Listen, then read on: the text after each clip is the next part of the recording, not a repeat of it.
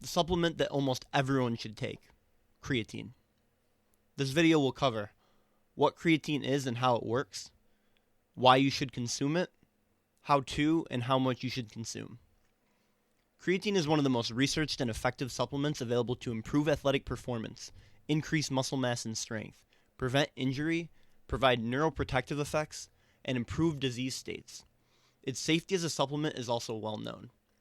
Creatine use has demonstrated therapeutic effects in both healthy and diseased people, ranging from infants to elderly. The only reason why the title says almost everyone and not everyone should take it is because it is contraindicated or not to be taken if you have kidney disease or diabetes.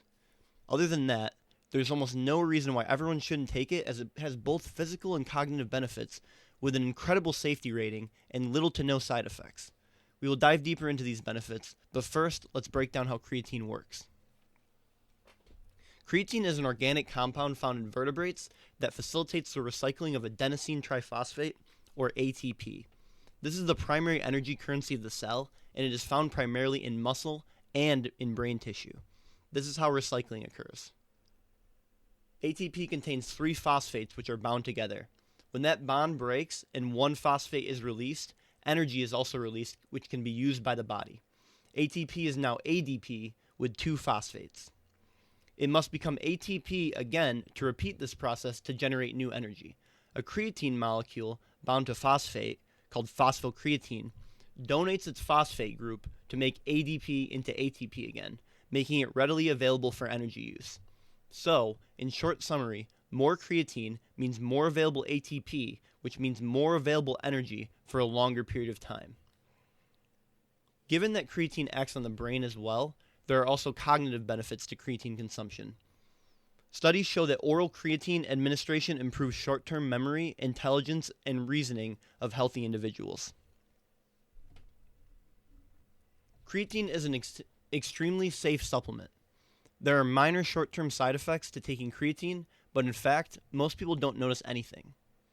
Side effects may include stomach pain, nausea, diarrhea, and muscle cramping. Muscle cramping may be due to the fact that creatine is osmotically active. In other words, it acts as a salt or a solute, which then causes more water or the solvent to follow it. Some of this science is up for debate, however, with articles even stating that athletes who exercised in a very hot, dehydrating environment noticed little to no side effects and actually improved in performance anyway. Nevertheless, though, there is really no downside to drinking more water, so it's best to just do that when taking creatine to prevent possible cramping and dehydration regardless. There are also little to no long-term side effects of creatine use. To date, studies have not found clinically significant deviations from normal values in renal, hepatic, cardiac, or muscle function. Over 10 different studies show that short and long-term supplementation of up to 30 grams a day for 5 years, which is way more than is usually consumed, is safe and well tolerated in healthy individuals and in several patient populations ranging from infants to elderly. In fact, it was found that significant health benefits may be provided by ensuring habitual low dietary creatine ingestion, for example, 3 grams per day throughout the lifespan. So, perhaps the question isn't how much long-term creatine consumption might have a negative impact on our health, but rather, how much might it help our health? How to consume it. There are 2 phases of creatine consumption, a loading dose phase and a maintenance dose phase. During the loading phase, the most effective way to increase muscle creatine stores is to ingest 5 grams of creatine monohydrate 4 times daily for 5 to 7 days.